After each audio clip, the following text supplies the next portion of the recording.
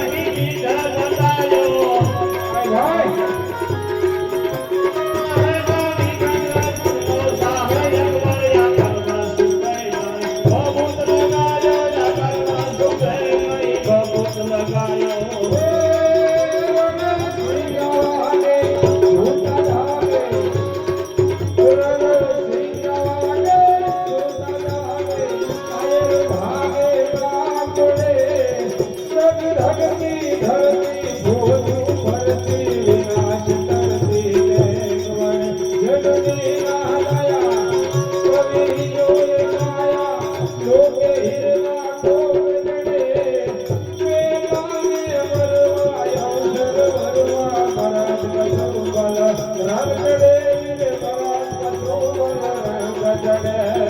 વાહ કવિરાજ વાહ.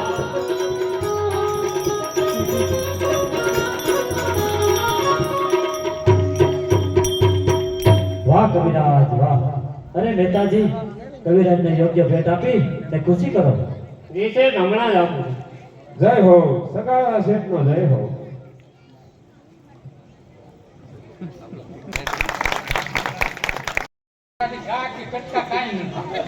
લા મુનિ મિયા, મૂંગો રે મૂંગો. હવે તું જો, હું એવી ચોકી તૈયાર કરીશ કે પછી એક ગાને બે કટકા. પણ સાંભળ, એના માટે તારે છે ને સગાળાની હવેલીની નજરબંધી રાખવાની છે. કેમ ખબર છે? પેલો કાગડો જેમ પૂરી મોઢામાં હોય ને સાલી કેમ વારજન બેઠું હોય એમ નજર રાખવાની, આમ તાકીને એકદમ. પછી જેવો લાગ આવે ને એટલે સીધી તારે મને જાણ કરી દેવાની. બાકી ભાઈ ઘાને કરતા તો હું કરી નાખ. એટલે શેઠાણી અરે રસોડામાં જ પડી રહી, હું કરતી હોય કેને ખબર. એકલી ચા પીતા કરે. આયા બેની આયા બોલો છે. આયા બેઠ તો કઈ ખબર પડે. કઈ મારે આમાં રણનીતિ કરવાની હોય તો ખબર પડે ને. આ ગામની આખી કરવાની હોય બધી.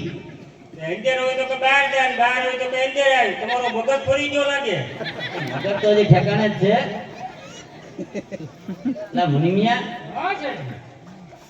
હવે તારે તાકીને બેઠવાનું છે. હવે આ શેઠાણીને તું આમે નજર કરતો નહીં હો. એ રોટલા ખાધા ને એમાં જ આ ત્રીજી છે. બે વહી ગયું. આ તો આવો મુનિમ કઈ મળતો નથી. મારી હારે કોઈ રે એમ નથી, એટલે રાખવો પડે. હવે કોઈ ત્રીજી ચોથી દે એમ છે નહીં. એટલે મારે હવે જા તો અંદર જા. આ બધા નજર ખોટા છે અહીંયા. હવે અંદર લઈ જા. હવે મુનિમ, હા શેઠજી. હવે તારે સગાળાની હવેલીની નજર રાખવાની છે. જેવો લાગ આવે ને એટલે મને જાણ કરજે. બરોબર? હવે હું જાઉં. હા હા તો તું ધ્યાન રાખીને બેઠજે. હા. પાછું બીજે ક્યાંય જોયા કરતો નહીં. જ્યાં જોવાનું કીધું ના જ જોઈજે. નો નો. નકર સગાળા બધું એનું કામ કરી દે ને હું બેઠો રહે. આખું કામ ને લઈને બેઠો ને. હારું તો ધ્યાન રાખજે. હા જાઓ. હાલે હું જાઉં. જાઓ જાઓ. આજે મેઘરાજા મન મૂકીને વરસાદ વરસી રહ્યા છે. આજે 8 દિવસે એક ધારો વરસાદ વરસાઈ રહ્યો છે. અરે સંગાવતી, આજે આપણે 8 દિવસથી ઉપવાસ છે. હા સ્વામિનાથ, આપણે 8 દિવસના ઊભા છે એ તો બધું ઠીક છે, પણ મારા લાડકવાયા બાળ છેલ્લે પણ કઈ ખાધું નથી. અરે બેટા છેલૈયા, તું થોડું જમી લે. તું શા માટે ભૂખો રહીને દુઃખ વેડે છે? નહીં માં, નહીં, હું નહીં જમું. જ્યાં સુધી આ સાધુ મહારાજ નહીં આવે ત્યાં સુધી હું ભોજન કરવાનો જ નથી. અરે નહીં નહીં બેટા, આવું ના બોલ. નહીં માં, નહીં, હું નહીં જમું. જ્યાં સુધી મારા માતા પિતા ભૂખ્યા હોય ત્યાં સુધી ભોજન કરવાનો જ નથી. હે ભગવાન, આ બાળકને હવે હું કેમ સમજાવું? હે પ્રભુ, કૃપા કરો. અરે બેટા, તું થોડું જમી લે. અરે શેઠ, ઓ શેઠ, બોલો મહેતાજી. જલ્દી ચાલો. સામે ઝાડ દેખે એક સાધુ મહારાજ બેઠા છે, તેને લઈને આવી. ચાલો સંગાવતી, આપણે જલ્દી જઈએ, સાધુ મહારાજને લઈ આવીએ. હા સ્વામિનારાયણ, હલો જલ્દી. વિરાજા બિલખા પાદર કાળજે કઠણ થઈ સાધુ બન રક્ત પીતાળો દયા સિદ્ધ દ્વારકાવાળો સાધુ બન રક્ત પીતાળો દયા સિદ્ધ દ્વારકાવાળો. પ્રણામ સાધુ મહારાજ, પ્રણામ. અરે મહારાજ, અમે તમને લેવા આવ્યા છે, માટે કૃપા કરી અમારી હવેલી પધારો. હાય હાય, મને અડતો નહીં. હું રક્તપીતથી પીડાઉં છું. અરે સંસારીઓ, તમે કોણ છો? શા માટે તમે અહીં આવ્યો છો? તમે અહીંથી જતા રહો. અરે મહારાજ, મારું નામ સગાસા શેઠ છે અને આ મારા ધર્મપત્ની સંગાવતી છે.